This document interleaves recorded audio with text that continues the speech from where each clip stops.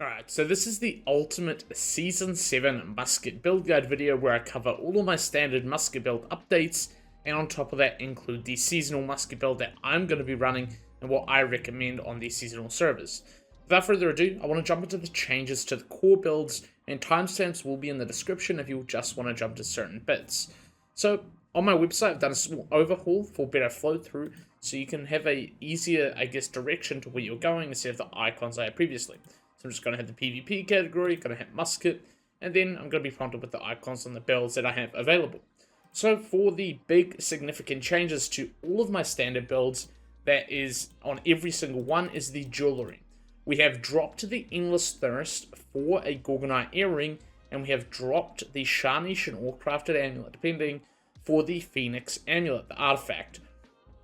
The big reason behind this change, and I'll talk about these two pieces of jewelry in a sec here, is that the potion change is a pretty significant overall, I would say, change to the way PvP plays in New World, and because of that, Endless Thirst has kind of become redundant in the sense that having both your potions on cooldown, while Endless Thirst only increases your healing potion cooldown, is a major downside to Endless Thirst. So that is why I've dropped Endless Thirst, as increasing that potion cooldown on top of having them both on the cooldown at the same time is not going to be a good, in my opinion, not going to be a good artifact to run. And on top of that, we've switched to Healthy Toast on that earring. You can't add Healthy Toast to Endless Thirst, which is another benefit to this. Healthy Toast is effectively going to be a small health potion, not very strong, but it's going to be enough to give you something while your other potion is on cooldown, and again, that is better than nothing.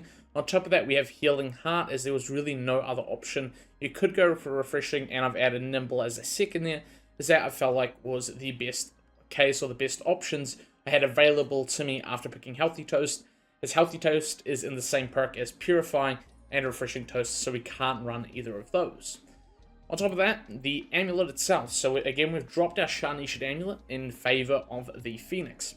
The Phoenix is an oldish artifact amulet that I didn't really believe in until now, simply for the reason of it's effectively Death's Door, like the hatchet, except you get the ability to effectively save yourself from death if you get a kill. So I'll read the perk out here. Upon taking a lethal hit, avoid death and regain 100% health. Become inflicted with vengeance, reducing healing and taking damage equal to 20% max health every second until you die or get a kill. So that important part of that perk there is or get a kill. So you are guaranteed to die after 5 seconds after effectively dying the first time, if you will, or taking a lethal hit. So entering Death's Door, like the hatchet ability, you will have 5 seconds to get a kill to remove that guaranteed death effect. This has a 180-second cooldown, but in my opinion is going to be very nice, and especially 1v1 situations, and especially against fire staffs. As a musket, we deal a lot of damage, so having 5 seconds to get a kill is actually quite a lot of time for our build, and again, we pump a lot of damage, so this is actually very, very doable, and in my opinion is the only alternative artifact jewelry to run compared to everything else. There's honestly, again, we don't want Elemental Band, and yeah, I've added Flame Protection to this, and not only that, you get Purify and Stam Recovery on Phoenix as well, which are two fantastic perks. Purify, you lose all debuffs if hit below 50%, 90-second cooldown, fantastic, especially in the Burninator meta, yeah. Stam Recovery on top of that, again, that's just Stam on hit below 50%, that's also going to be a fantastic perk to have.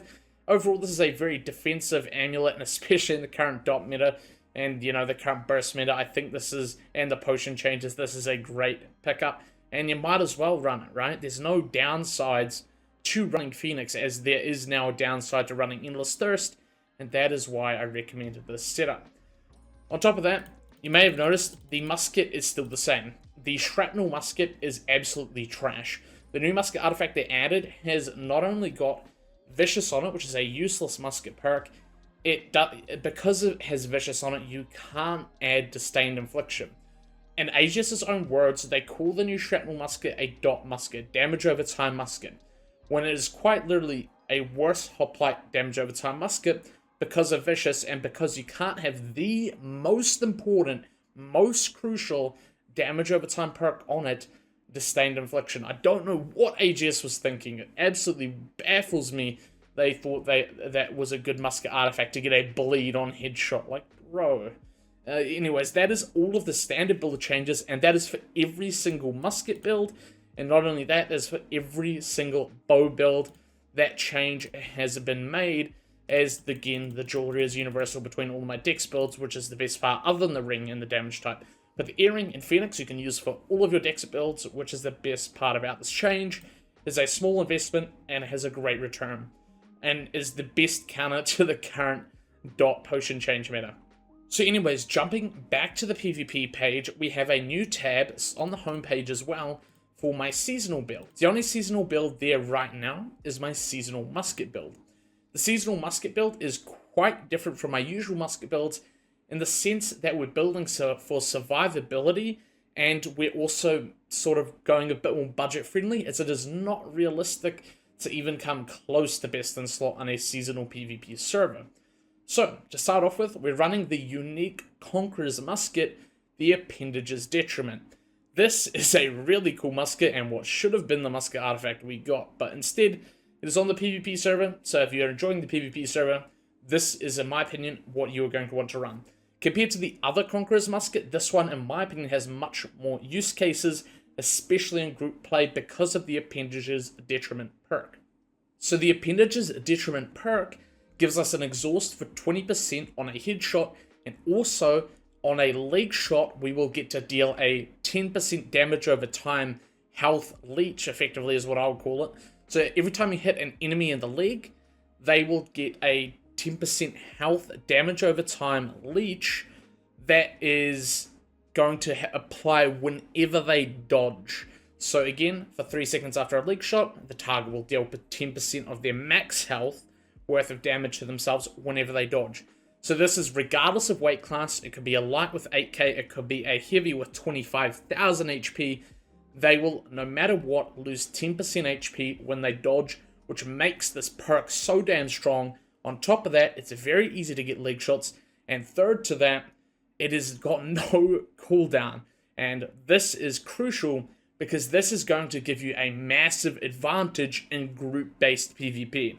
If there is a bull, if there is a zerg, and you have a range distance, you can simply shoot and penetrate with your musket, a bit like standard shot, through an entire clump, hit their legs, and apply this effect indefinitely because it has no cooldown. It lasts 3 seconds, you shoot faster than 3 seconds, and it has no cooldown.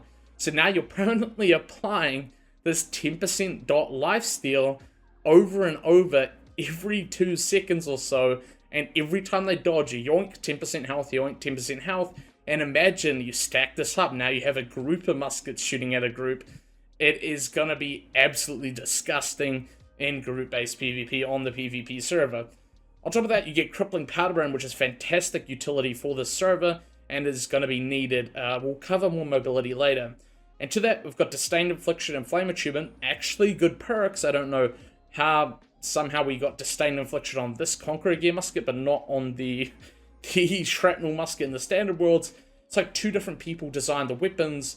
The person that actually designs competent artifacts was on the PvP seasonal job, and the person that designs crap artifacts was on the standard worlds, because not a single artifact that we got in the new season is good. But all of the Conqueror gear is very fun to mess around with, such as the Yedison's Hammer and the Great Sword.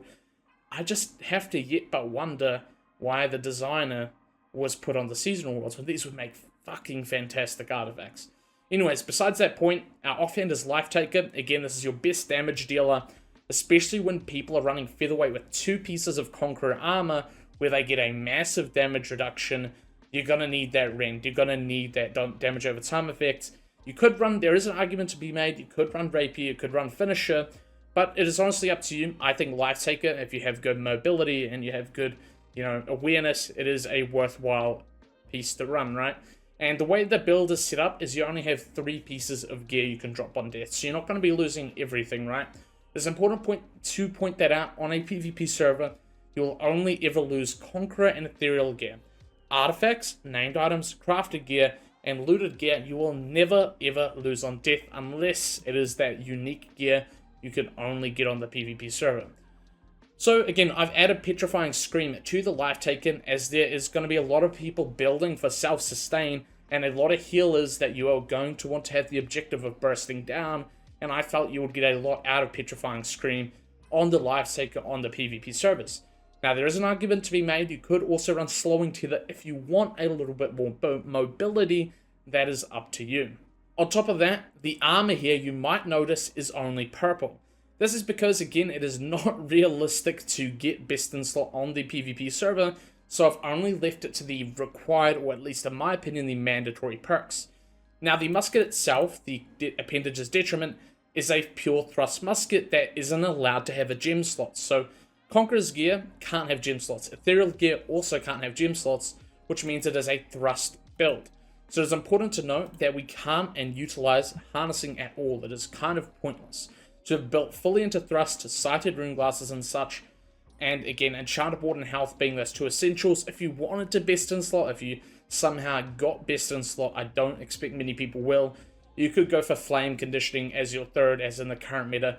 You're going to be taking a buck ton of flame damage, so that is up to you. You could also swap out the sighted for emeralds. I've left that as a note here on my build page, and again, that is entirely up to you. So, we've gone for the gold crest here. Now, you can go any way about getting this enchantable gear. You could get through OPR boxes, elite chest runs, M1s, M2s, trade post, chest runs, and again, gold crest, right? There's so many different ways to get this 2-perk gear. Why I've done gold crest is because gold crest is a fantastic way to get a high chance at these perks without investing too much time. You simply hit level 65 and you can go straight to the PvP island, get some doubloons and instantly get the caches for this gear at the Well of Fortune and Cutlass Keys settlement. In my opinion, this is the best way to get some close to 700 or even over 700 2-perk gear. And these can have gems, which is something that ethereal gear can't have.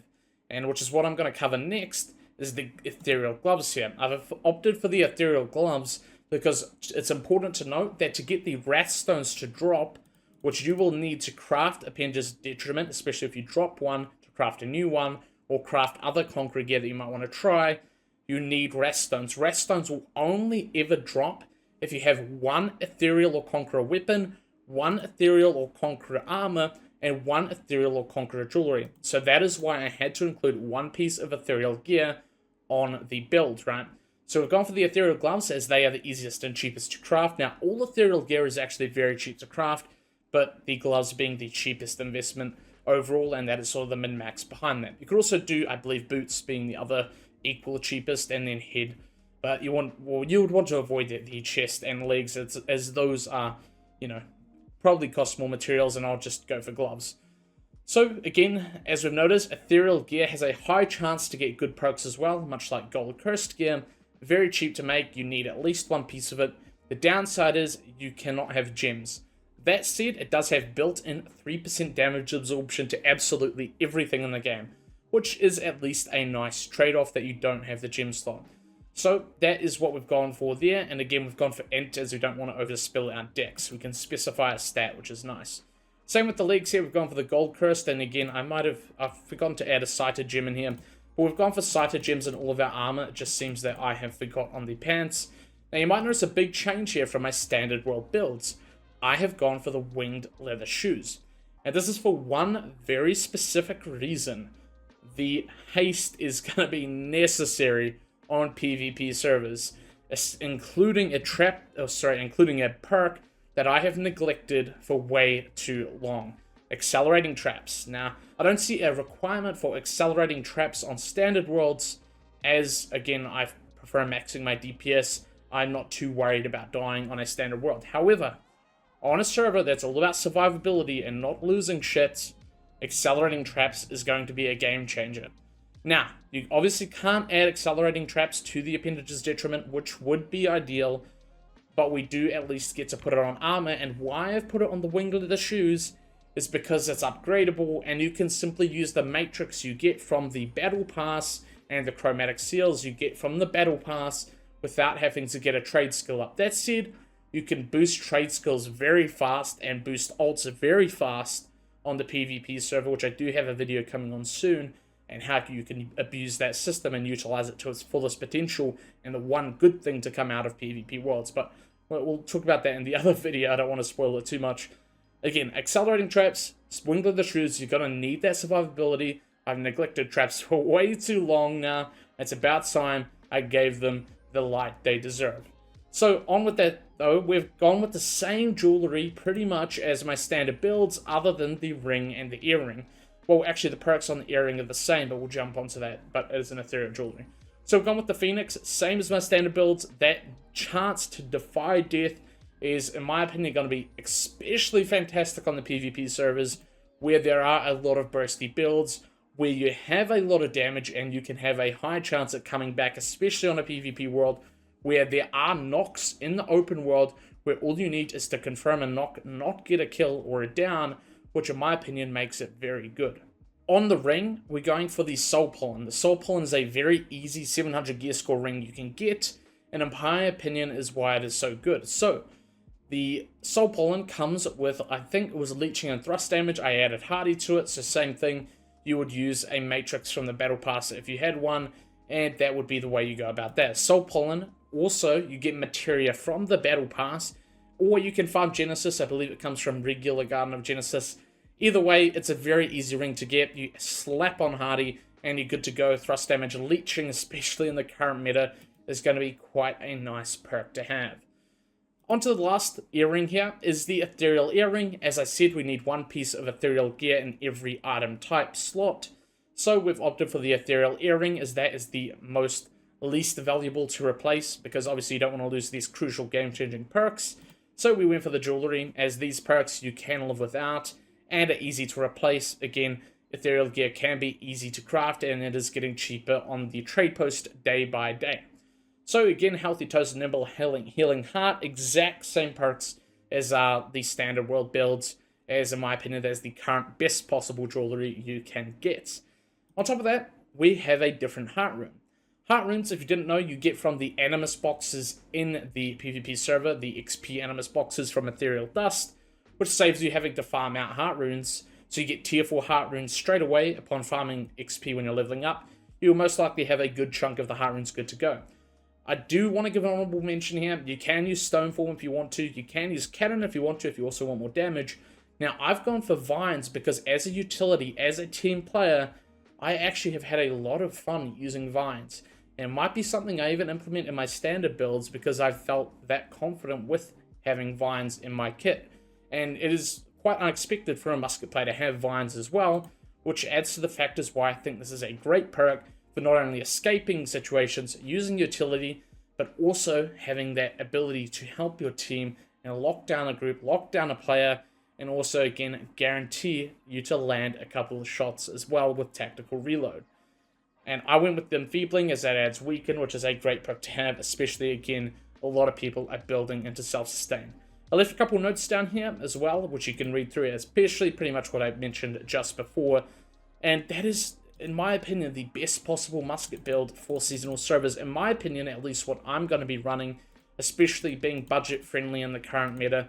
You know, it's a good way to, you know, not feel like you're losing everything on death. I see people going all in on full ethereal gear, and while you could do that, it is getting cheaper. It does still suck to constantly have to go back and recraft gear, and I think that's the biggest flaw on the PvP servers, is I think the Conqueror's gear is fine to drop, but I just don't know about dropping everything. I think the high risk, high reward is there to an extent, but like, what do you gain from the PvP server? I do have a video on why the PvP servers will be good coming soon, and what you can actually utilize them for, but it is not what you think. On top of that, I've got all of my stats and all my trees. Now, stats, you could run a little bit more con on the PvP server if you want to play it a little bit more safe, going with 25 strength, 350 dex, 200 intelligence, and 100 con. It is entirely up to you. You could also go 50 con, 200 int, 350 dex, 25 strength, putting any extra into intelligence, or you could risk it and go glass cannon and, you know, go 25 strength, 350 dex, and bump that intelligence all the way up to 300, again, if you're feeling confident. Now, you will have a lot less stats, I forgot to mention that, because you are running the Winged Leather Shoes, you will be running less stats, So keep that in mind. You'll probably be aiming for 25, 350, 250 is probably going to be your ideal split. But yeah, that is pretty much the, I would say, the overview of my take on the seasonal PvP musket build. And, you know, I'm excited to play around with this when I get back on stream in a couple of days here. And all the trees are on here as well. So you've got the jeweler's tree, the sniper tree, the sticky tree, the VG orb tree, and the VG blade tree. And yeah, I need to add the trap tree as well after I edit this video. That will be there when it's live, and the video will also be in this panel here. But I think that this is, again, what I'm going to be running. That is all the changes to the standard world builds, and that is pretty much everything I wanted to include in today's video.